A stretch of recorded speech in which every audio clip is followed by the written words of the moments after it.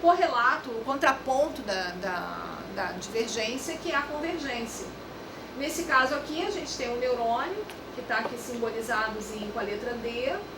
Então, pode ser aqui uma célula do córtex, um neurônio piramidal, que é um neurônio... neurônios piramidais são esses que têm axônios bem longos, que deixam o córtex, que vão atingir, por exemplo, a medula espinhal para ativar motoneurônios e tal. Mas tem outros neurônios piramidais no hipocampo, enfim. Reparem que aqui a gente tem terminaizinhos pré-sinápticos, que podem ser extremidades de axônios, mas também podem ser botõezinhos pré-sinápticos vindos de dendritos, porque existem sinapses dendrodendríticas. Não, as sinapses não são só axoniodendríticas. As sinapses também acontecem entre dendritos, tá? Então isso é importante como conceito para vocês.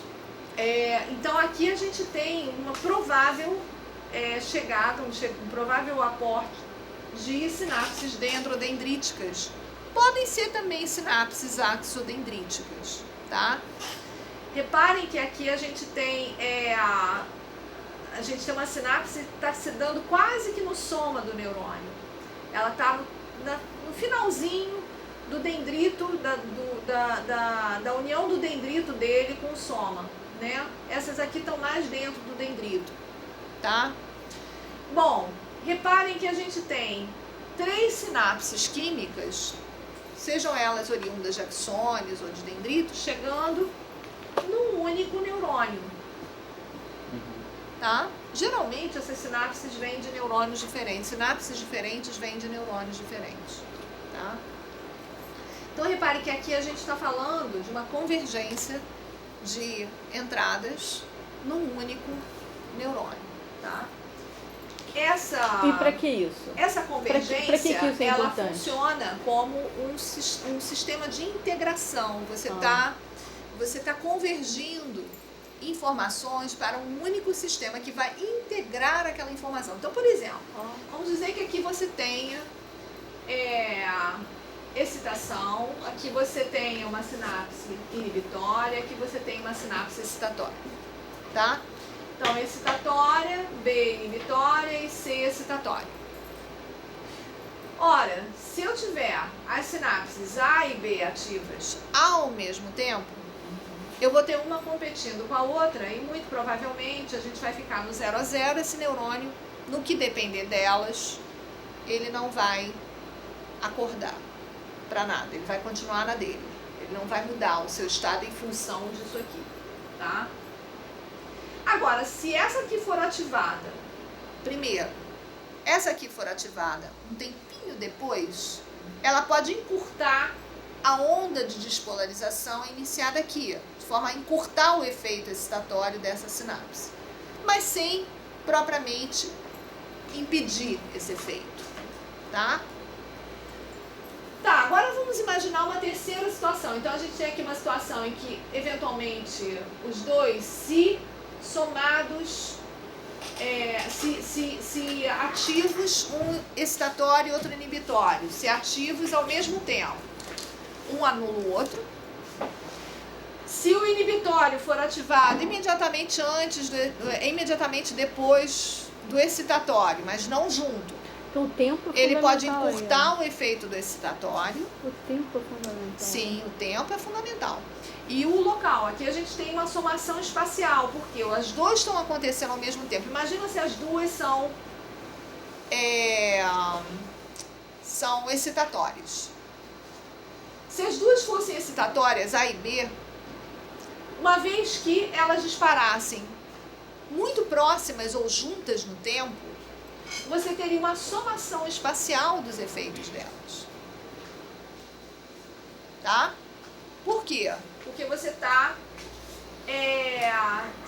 com o mesmo local recebendo duas entradas excitatórias e, portanto, você gera aqui um aporte, por exemplo, de cargas positivas que é capaz de sofrer menos pelas perdas resistivas do cabo, que é o dendrítico, e do dendrito, né, que é um cabo, o ramo dendrítico é um cabo, então alguma carga você vai deixando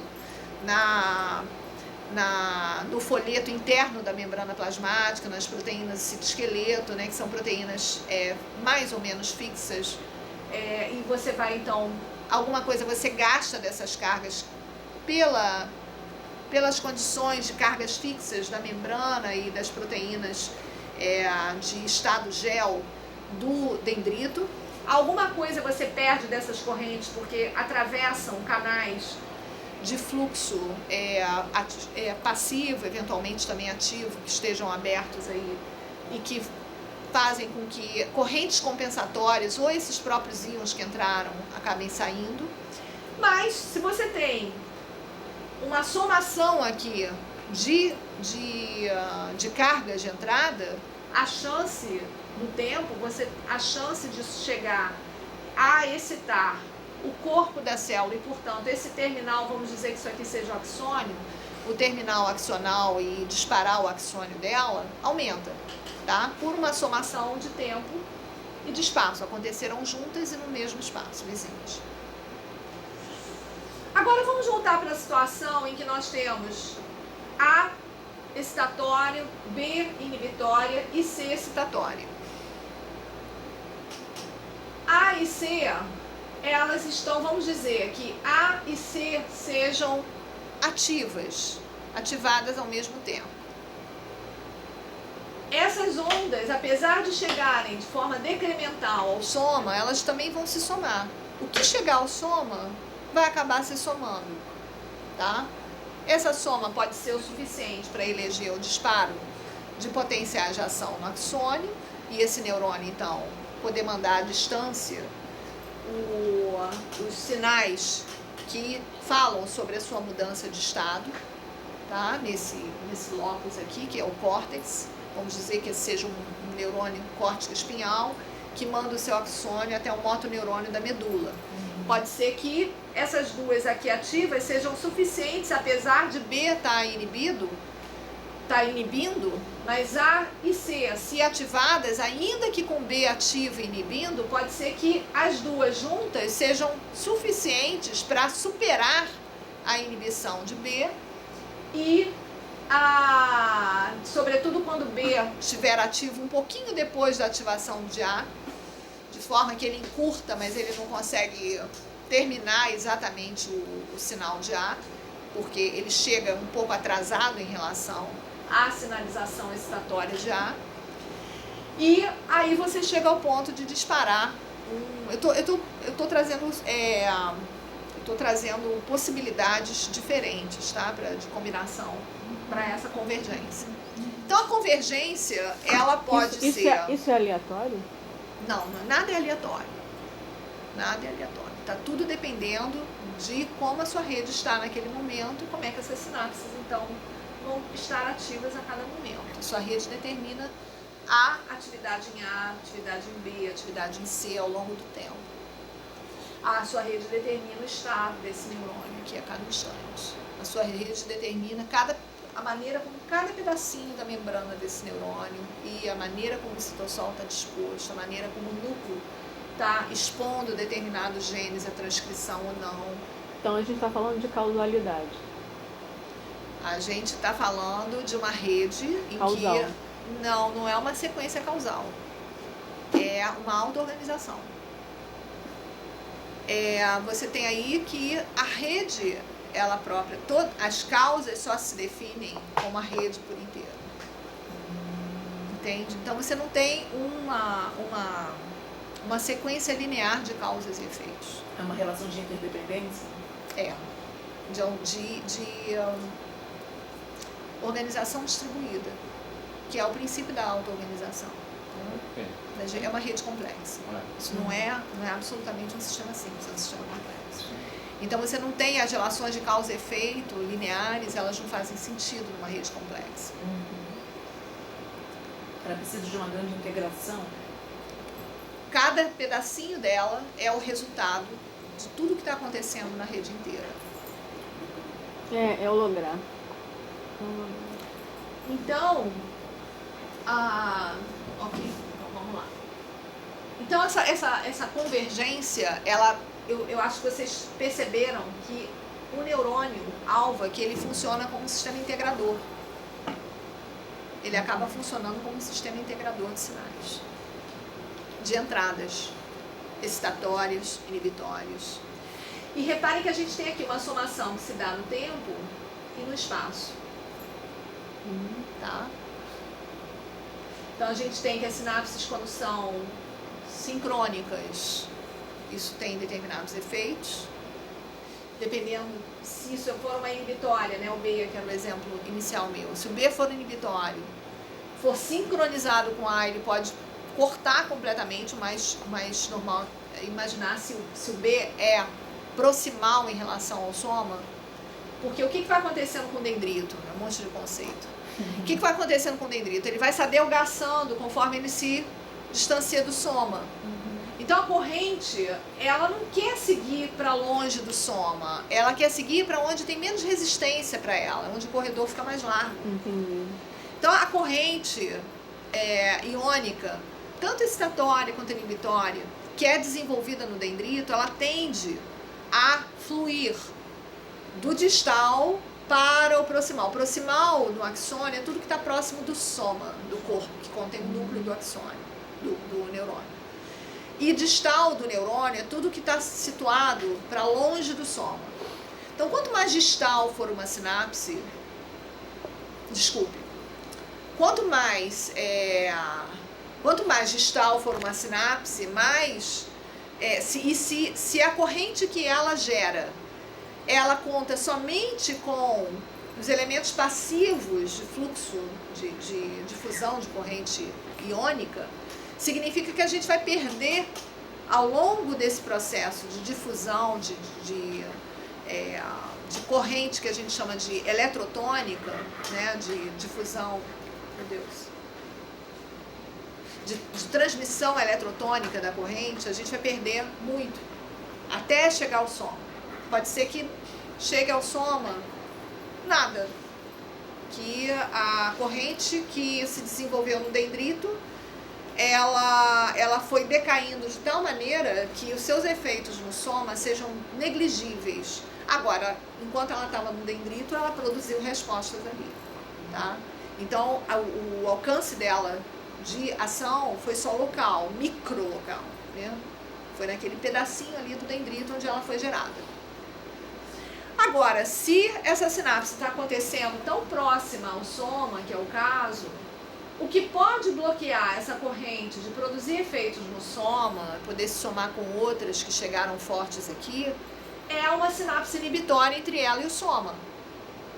Essa sinapse inibitória, eu falei para vocês que ela pode, inclusive, simplesmente acabar com essa corrente, porque abre, por exemplo, sabe como é que ela poderia acabar com essa corrente excitatória? Abrindo canais de potássio. Potássio não quer sair da célula. Ele quer sair da célula. Quando uma corrente, uma sinapse excitatória, ela atinge a membrana pós-sináptica, né? Ela, de um modo geral, elege a entrada de íons carregados positivamente na forma de sódio e cálcio. No dendrito, muito comumente cálcio. Então, na medida em que você tem um aumento nessa concentração catiônica de sódio e cálcio, você tem um estímulo à saída de potássio da célula. O potássio está muito concentrado dentro da célula, ele quer sair da célula. Então, se essa corrente, se esse terminal inibitório aqui, ele atua na membrana de forma a abrir canais de potássio, canais adicionais de potássio, o potássio vai deixar a célula. Então, entrou sódio, entrou cálcio, que tende a despolarizar aquele pedacinho do dendrito. No entanto, essa entrada de sódio e cálcio, que são carregados positivamente, é compensada pela saída de potássio aqui. Logo à frente, saindo potássio. Então, essa entrada de cálcio e de sódio poderiam estar despolarizando a membrana, acaba se transformando em saída de potássio, a membrana é repolarizada, volta às condições de repouso. Aí vocês vão dizer, Mayra, então em termos de despolarização, essa despolarização acaba não atingindo o soma.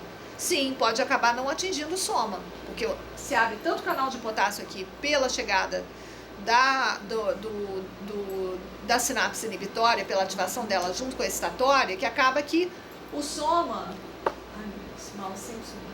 O soma acaba não sendo atingido em termos de mudança de polarização da membrana. Só que a gente não pode esquecer que quem está elegendo isso, eventualmente pode chegar ao soma, que é o cálcio. Apesar de não chegar como uma onda de despolarização, ele pode chegar como um elemento sinalizador e mudar. Apesar de não mudar a voltagem através da membrana, ele pode mudar o perfil de funcionamento, a maneira como as proteínas estão funcionando aqui no soma, tá? Então, esse é um ponto importante. Não necessariamente você está mudando de estado no neurônio porque mudou o potencial através da membrana. Eventualmente, você não está conseguindo mudar o potencial através da membrana. A diferença de potencial se mantém a mesma, porque você, nesse caso, está com uma sinapse excitatória e outra inibitória proximal em relação à excitatória, pertinho do soma, impedindo que chegue aquela onda elétrica positiva de cargas, de excedente de cargas positivas no soma, mas as cargas positivas que chegam ao soma, que chegariam normalmente, mesmo com o potencial mantido em condições de repouso, que você tem dentro da célula, apesar de você ter um excedente de cargas negativas fixas, você tem cargas positivas também, só que você tem um excedente negativo. Você continua com esse excedente negativo lá no soma com o neurônio em repouso, porque você teve a sinapse inibitória que abriu a saída de cargas positivas na forma de potássio. Mas esses canais que deixam sair potássio não deixam sair cálcio. O cálcio, apesar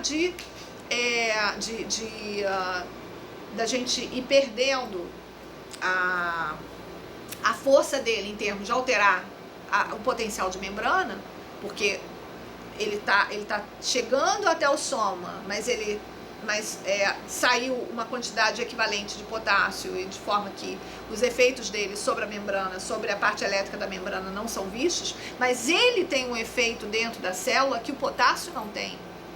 Então é como se você estivesse substituindo potássio por cálcio. Percebem?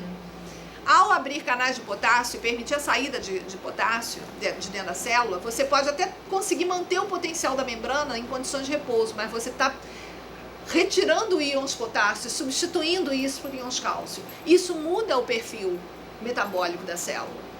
Então reparem que eu não tenho alteração de potencial, mas eu tenho alteração de estado da célula. É muito louco isso. Eu tenho alteração de estado. Então, quando chegar um outro potencial excitatório nessa célula, é uma loucura isso. Você muda de estado, é como se você mudasse de estado, você mudasse a sua fisionomia. Então, você muda de estado dizendo a mesma coisa, entende? Comportamentalmente, eu imagino uma coisa assim, uma situação assim, você muda de estado, você está dizendo a mesma coisa, seu texto é o mesmo, mas você já diz aquilo de uma outra forma. Você está de outro jeito por dentro. Fica até arrepiada, acho lindo isso. Então, é basicamente o que poderia estar acontecendo aqui. Está deixando sair potássio, mas quem está chegando lá e fazendo as vezes de potássio no soma, não é mais o potássio, é o cálcio. O cálcio, a parada é outra. O cálcio vai ativar, vai mudar a maneira como as proteínas metabólicas, as proteínas envolvidas no metabolismo celular, inclusive as proteínas envolvidas na maneira como nós estamos transcrevendo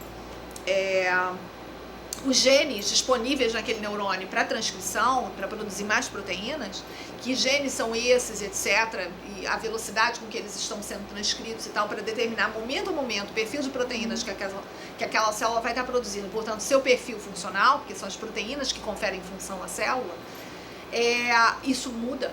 O cálcio aumenta, isso muda.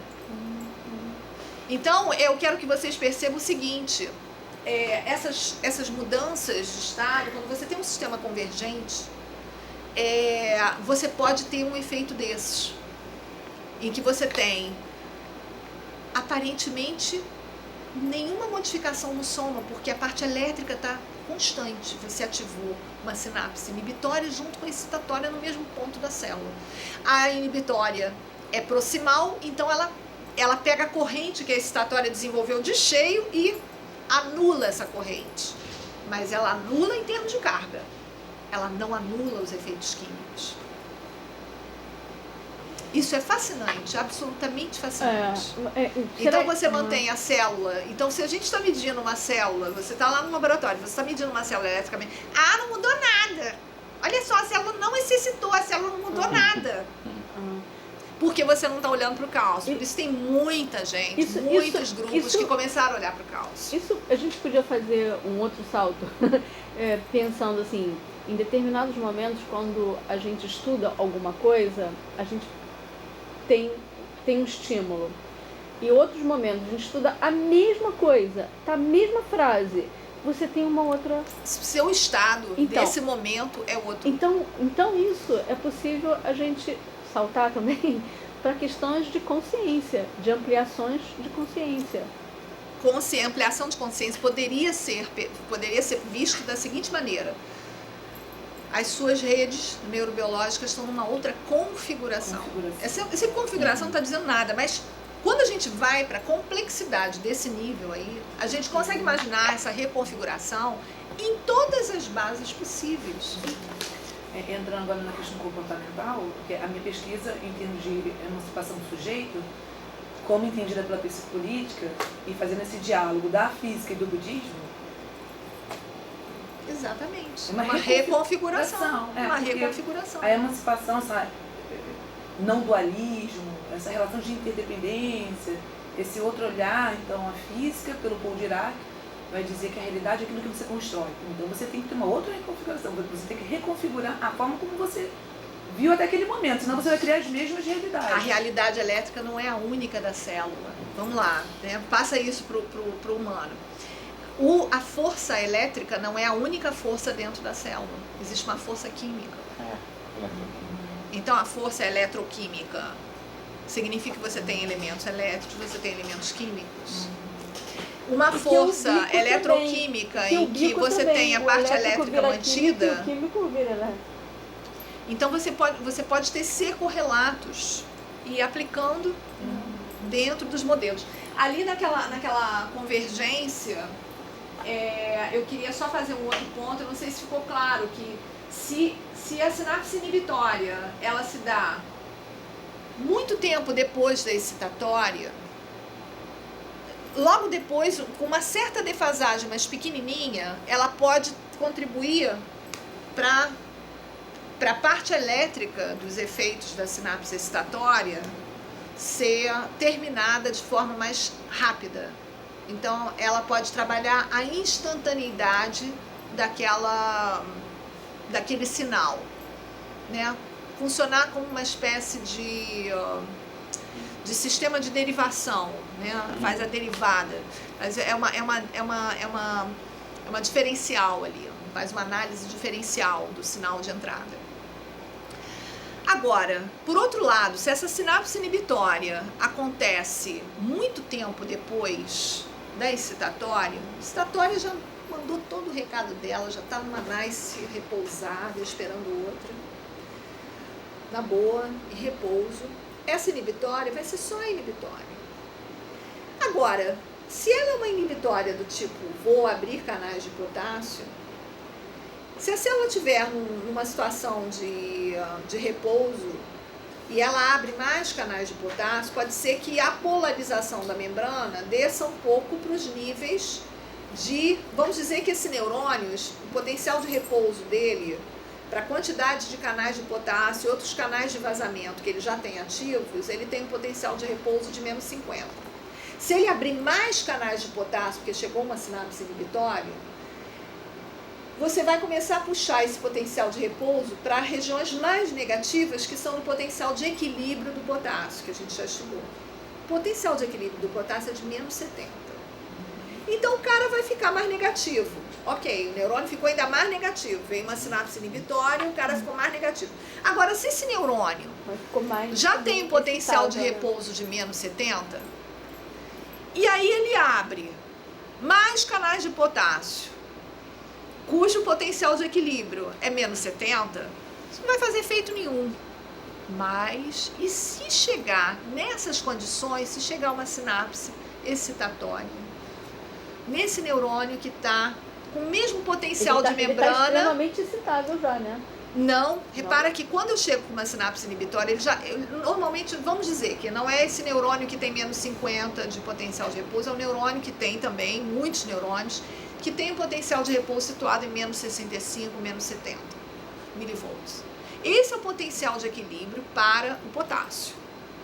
Se você ativa uma sinapse inibitória que vai abrir mais canais de potássio na membrana, esses mais canais de potássio na membrana vão estar abertos, permitindo saída de potássio igual à entrada de potássio em menos 70 milivolts. Eles não vão produzir efeito elétrico nenhum nessa célula. Porque o potencial de equilíbrio do potássio, por mais que você abra, se o neurônio já estava em menos 70 já é o potencial de repouso daquele tipo de neurônio, e tem muito neurônio assim que se enquadra nisso, quando você abre esses canais de potássio extras, esses canais de potássio vão abrir e vai entrar tanto potássio quanto sair. Por quê? Já está no potencial de equilíbrio do potássio. Agora, o que vai acontecer se nessas condições em que você tem muito mais canal de potássio aberto do que na condição de repouso, que a única diferença é que você não tem efeitos elétricos, mas você tem uma diferença.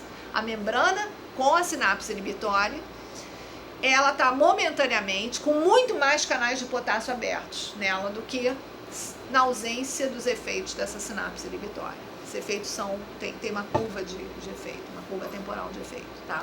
Esses canais vão se fechando ao longo do tempo e rapidamente.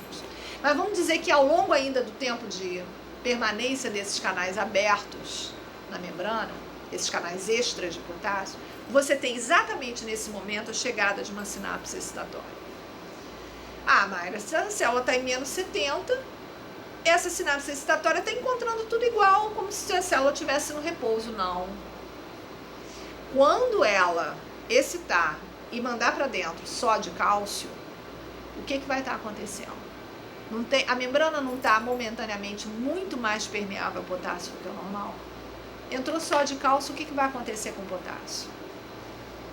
Vai querer sair desesperadamente, aquilo que a gente estava trabalhando numa outra versão disso há minutos atrás. O potássio vai querer sair imediatamente. Então, nessa condição em que você tem uma sinapse inibitória que precede a sinapse excitatória, isso é na ordem de milissegundos, essa sinapse inibitória não é capaz de eleger nenhuma alteração do potencial de repouso da célula, mas a existência dos seus efeitos ainda durante a chegada de uma sinapse excitatória pode impedir que a sinapse excitatória exerça seus efeitos elétricos sobre a célula. Então, é uma outra maneira de ver, agora com a sinapse inibitória antecipando a excitatória, é uma outra maneira de ver, não está acontecendo junto, mas está antecipando, mas o raciocínio é o mesmo, de ver a dificuldade que a gente acaba criando para a célula de desenvolver uma resposta elétrica, mas a resposta química, novamente, a resposta química está lá presente. Quem vai chegar lá no soma não é mais o potássio, é o cálcio. Isso vai fazer toda a diferença. Então, a sinapse excitatória deixou de ter seu efeito, você vai ver uma parte dos livros dizendo a sinapse inibitória, a sinapse excitatória foi inibida, porque é o próximo slide. A sinapse excitatória foi inibida pela inibitória. Então, acabou, não tem mais efeito, é booleano. Não é booleano. Não é booleano. Isso é uma das complexidades que eu queria trazer. Outra coisa nessa convergência, a falta de uma sinapse inibitória aqui nesse raminho, ó. Eu vou pegar essa lacuna. Ai, tá, Mônica, lamento. Mas aí depois tem a gravação. A falta de uma sinapse inibitória aqui entre a sinapse excitatória em si, vamos dizer que essa seja uma sinapse excitatória, e o soma, significa que o que chegar aqui de excitatório não vai ter um inibitório para legal. Até amanhã, até 7h30. Até amanhã. Significa que a gente não vai ter uma excitatória